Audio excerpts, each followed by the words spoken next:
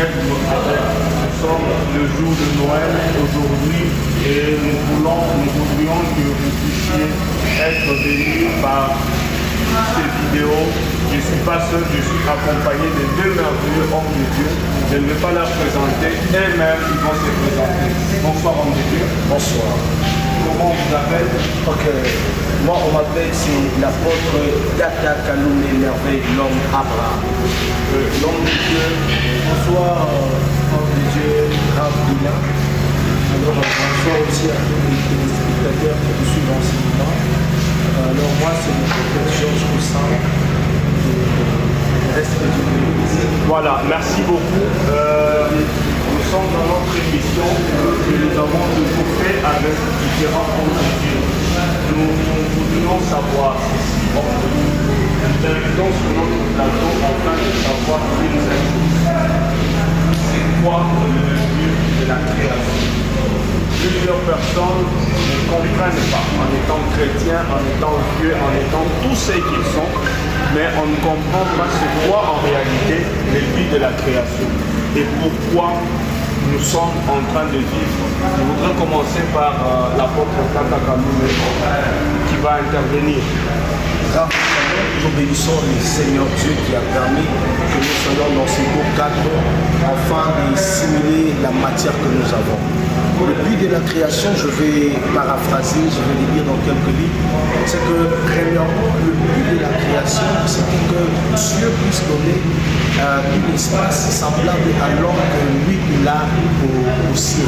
Waouh! Il veut dire que Dieu a créé l'homme pour que l'homme soit un instrument qui va au moins souffrir. Mais Dieu a créé l'homme sur la terre pour que l'homme puisse régner, pour que l'homme puisse prendre l'autorité, pour qu'il puisse avoir un royaume sur cette terre.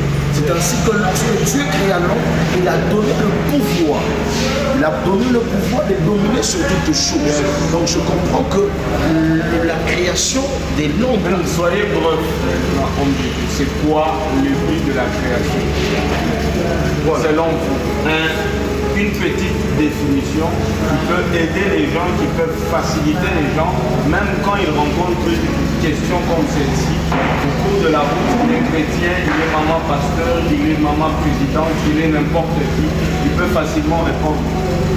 En quelques mots, je pourrais dire que le but de la création, c'est l'exercice de Dieu sur la terre. Ça, c'est extraordinaire.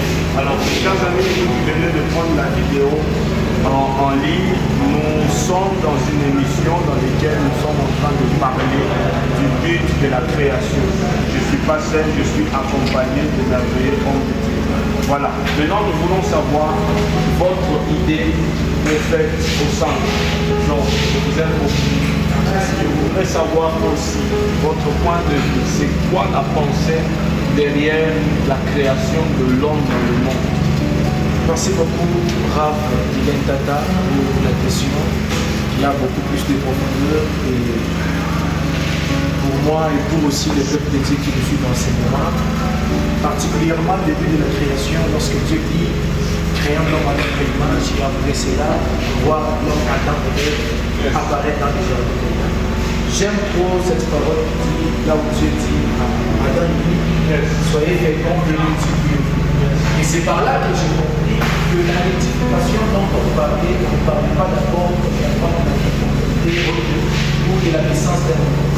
Mais en d'autres termes, Dieu devrait venir dire soyez féconds parce que Dieu veut qu'il y ait une multiplication des gens qui naissent. Comment? Ainsi, l'idée qui est cachée derrière la création est que Dieu voulait qu'il y ait sur terre un homme qui est semblable à lui. Oh my God. Et c'est cet homme-là qui devrait dominer au plus sur des créatures parce que c'est l'homme qui est. Mais dites-nous, homme de Dieu, vous êtes rématique, comme on le dira, beaucoup de rémas, beaucoup de révélations. Soyez bref. Une petite révélation, une petite définition qui peut aider à mon frère, à ma soeur, à la maman, à la grande soeur qui est chrétienne, qui veut savoir comment définir la création. Une petite, en 2 mots, 3 mots. Si on peut aller trop très loin, on peut dire que Dieu a créé l'homme. Premièrement, c'était pour que l'homme puisse dominer.